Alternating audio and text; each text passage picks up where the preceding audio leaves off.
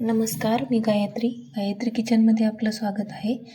आज आपण बनवणार आहोत मटण रस्सा आणि सुकं मटण पण त्यासोबत.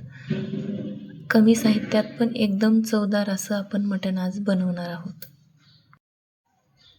ही रेसिपी तुम्हाला नक्की आवडेल, त्यामुळे व्हिडिओ शेवटपर्यंत बघा.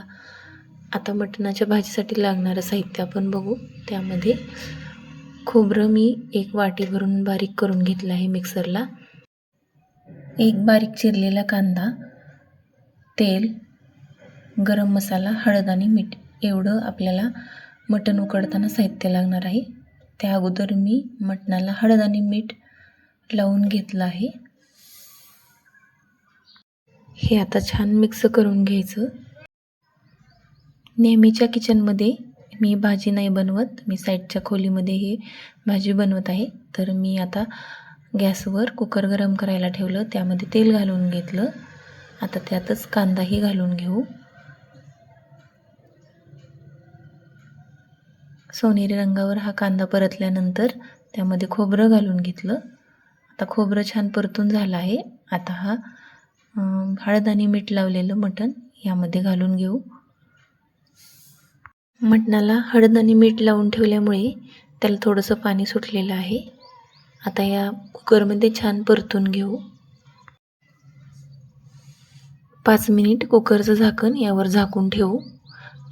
त्याला पाणी सुटेल आणि मटण आपलं छान तेलामध्ये फ्राय होईल 5 मिनिटासाठी.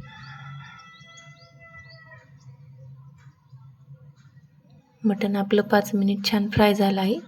त्याला आतून पाणी पण सुटलेलं आहे. आता मटण छान हलवून झालं आहे. त्यामध्ये सोमट केलेलं पाणी यामध्ये घातलं. जास्त कडक पाणी घालायचं नाही, सोमट पाणी अगोदर घालून घ्यायचं. त्यातच मी घरकुल मसाला घातला आहे. कुकरचं झाकण लावून घेऊन 6 ते 7 शिट्ट्या आपण आता घेऊ, म्हणजे आपलं मटण छान मऊ शिजलं जाईल. आता इथं मी कांदा आणि खोबरं भाजून घेतलं आहे. आता याचं वाटण बनवून घेऊ. आता आपल्याला सुकं मटण करून घ्यायचं आहे. तर त्यासाठी कढईमध्ये मी तेल घालून घेतलं. कांदा आणि खोबरं भाजून घेतलं होतं. आता हे या तेलामध्ये मला परतून घ्यायचं आहे. हे थोडंसं परतून झालं की यामध्येच आपल्याला लाल मिरची पावडर, गरम मसाला, थोडं काळं तिखट घालून परतून घ्यायचं आहे.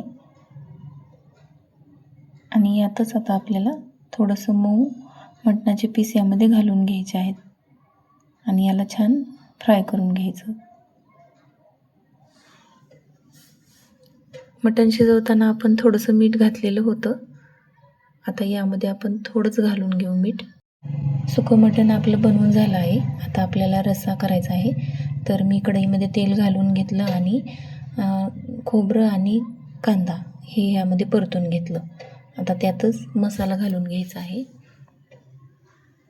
हा मसाला मी घरी बनवलेलाच वापरला आहे. त्यामध्येच गरम मसाला पण घालून घ्यायचा आहे आणि छान परतून घ्यायचं.